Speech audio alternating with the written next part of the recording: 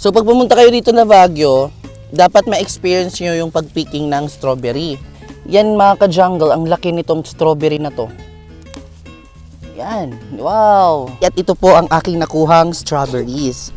Dahil itong strawberry na pinapapik dito is Sweet Charlie. Pwede sa mainit, pwede sa malamig. Ay, ganon. Oo. Kaya pala. So you are going to love this episode mga ka-jungle dahil nandito tayo sa Strawberry Farm dito sa Baguio City. At isi-share ko sa inyo kung paano mag-picking ng mga strawberry. At first time ko po ma-experience ang ganitong pag-harvest ng strawberry. Kaya naman, samahan niyo ako sa video na ito. At ito po, si Kuya yung mag-a-assist sa amin. Gaano kalawak dito Kuya yung ano? Like 1 hectare? Simula po dyan yan hanggang sa dulo. Gano'n. Bali kami pong farmer, nirerentan lang namin first pag dito. Gano'n. Per year naman siyang nirerenta. 4 years. Hindi, per year. Ay, for a year. Tapos ang may-ari naman ng buong strawberry farm na to, yung paralan dyan sa labas. So, paano nyo na-maintain na palaging nagbubunga dito? Kasi di ba maraming turista na pumupunta? So, paano nyo na-maintain yun? So balit, nami-maintain naman yan pag nagsimula ng nagtanim lang. Dito ba pag bumili ako ng isang strawberry na halaman, pag tinanim ko ba siya sa Leyte, tutubo ba siya? Depende po kasi dahil itong strawberry na pinapapik dito is Sweet Charlie. Pwede sa mainit, pwede sa malamig. Ay, ganon. Oo. Kaya pala kahit mainit dito, no? Kayang-kaya. Pero kasi malamig talaga yung simoy ng hangin. Ganitong month, maraming bunga. Pag mga ganitong month. Oo. Tapos hanggang May, yun na yung kokonti na lang yung bunga. So, tinatanim siya sa buto or sa ano? Yung runners po ang tinatanim. Runners? Yung humahaba sa niya, sa puno niya. So yan yung pag-propagate nyo. Kinakat Okay. yun tapos ka-transplant. Galing. Okay, sige. Ngayon ay magpipick na tayo.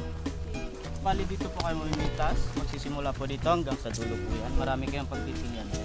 Wow. Tayo yung basket. Okay. Tapos ito po yung basket natin.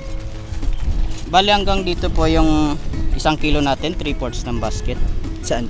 3/4 hanggang dito po. 3-4. Pag halu-haluin nyo na lang po mamaya, mga mapipitas na. Tapos paggamit na lang ng gunting sa basket. Sige, hanggang sa dulo yan. So yan mga ka-jungle, I'm so very happy dahil magpipicking na po tayo. So yun, lawak ng lupain nila sa taniman ng strawberry. Yan, first time ko po makakita ng strawberry sa personal actually. To be honest. Nakikita ko naman din siya, pero first time ko mahawakan at matitikman. So yan mga ka-jungle, dito tayo magpipitas. Ito, may nakita ko ditong strawberry. Yan. Yan, meron na tayong strawberry na nakita. Ayan.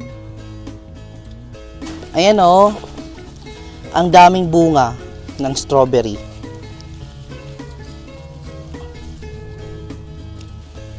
Iba yung expectation ko. Kung nakita ko na yung halaman, Lo. strawberry agad. Hindi ko alam kung meron benefits din yung strawberry na down. Siguro meron din, no? Kasi parang same na ng mga mulberries. Yung iba kinakain na ng ano.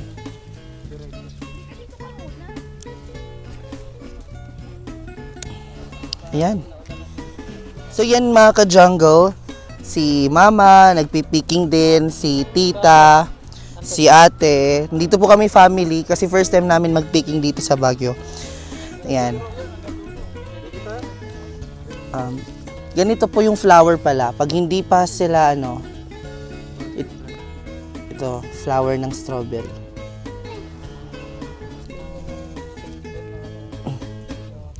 Not flowers. May pink din na flower. Try lang natin kainin. Punasan mo. Sarap be.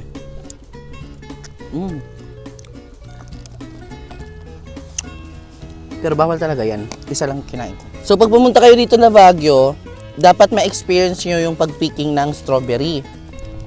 Dahil yung Baguio yung sikat Ay, yung strawberry dito, yung sikat sa Baguio. Trademark yung strawberry ng Baguio. Kaya naman, picking lang kayo. 8 minutes ay parang Sinasabi nila yung strawberry ay matamis. So sometimes matamis siya at sometimes naman maasim. Mas gusto ko ngayong maasim kasi yan yung merong benefit sa atin. So ganito po. Tikman natin.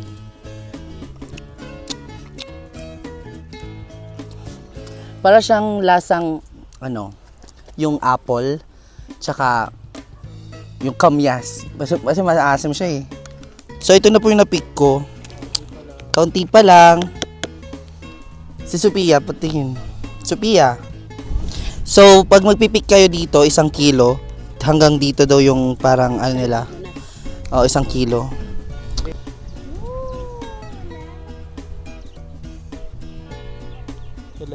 Alam nyo ba dito sa strawberry farm, hindi lang strawberry ang nakatanim dito. Marami din nakatanim like katulad ng bell pepper na. Sobrang laki oh. Ayan. Ito naman yung hinog na bell pepper. Ayan. Sarap to. Nako. Then meron din silang, hindi ko alam kung ano to, petchay ba to? Mga ka-jungle, natapos na tayo mag-picking dito ng strawberry at ito po ang aking nakuhang strawberries.